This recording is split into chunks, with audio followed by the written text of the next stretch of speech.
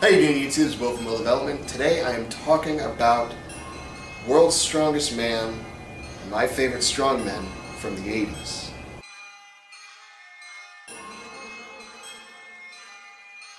When you're talking about strongmen in the 80s, I would be remiss if I didn't mention the amazing Bill Kazmaier. Bill Kazmaier won 3 competitions, 3 World's Strongest Men.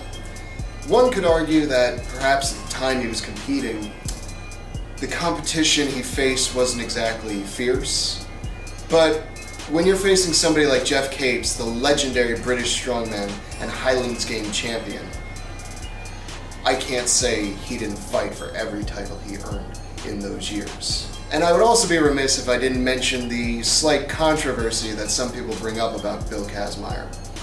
Some people say it's true, some people say it isn't, but it's said that Bill Kazmaier was actually asked to stop competing in the World's Strongest Man competitions because he was simply too good. Whether it's true or not, I've never done any research on it because I actually kind of believe it, and I don't want that broken. Do you find out the truth, or you know the truth? Let me know below in the comments.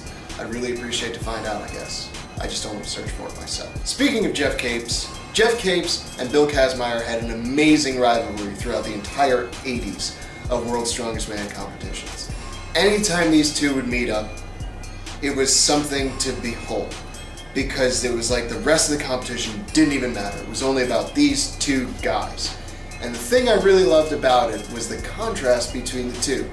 Geoff Capes, if we're being totally honest, which I talk with a friend at work about Geoff Capes often, and we refer to him as the fat uncle who just got off the bowling rink, the bowling lanes. That's what Geoff Capes looked like. He just looked like some fat guy. Didn't look that strong, really. Where Geoff excelled, he excelled greatly, and no amount of power Kazmaier could come up with could possibly compete with it. In terms of certain real-world aspects, Geoff Capes could not be beat. Things like the hammer toss, his technique was just superb. And things like the bar bending competition, which I personally miss in competitions today, but understand why it's no longer included. Geoff couldn't be beat. And it was always something amazing to watch flabby Geoff just bend a half-inch steel bar like it was nothing.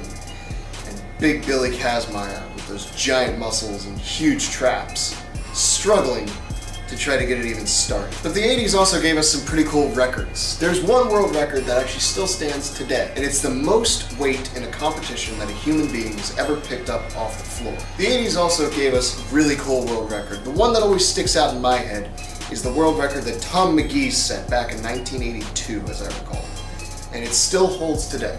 It is the most weight any human being has ever picked up off the floor.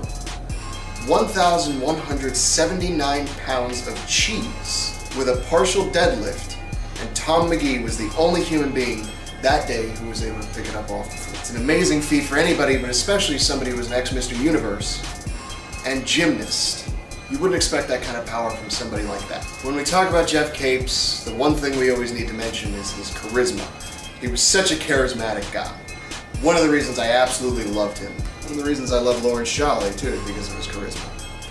And the one reason, among many, why everybody loved Jean-Paul Sigmarsson, the Viking, the big mouth, and the muscles to back it up. Jean-Paul Sigmarsson was one of the most incredible strongmen and powerlifters to have ever been on this planet, period. Between his charisma and amazing feats of strength, he was one of the few people that you pretty much could never beat on something like a stone. He was just incredible to watch. As always, I invite you to check out some of the footage yourself from the World's Strongest Man competitions of the past. There's always more names to talk about. Again, these are only the names that really stuck out in my head. If you can think of some other names, why don't you just leave them down in the comments below, or bitch me out for not mentioning your favorite strongman. And if you don't, then what's your excuse?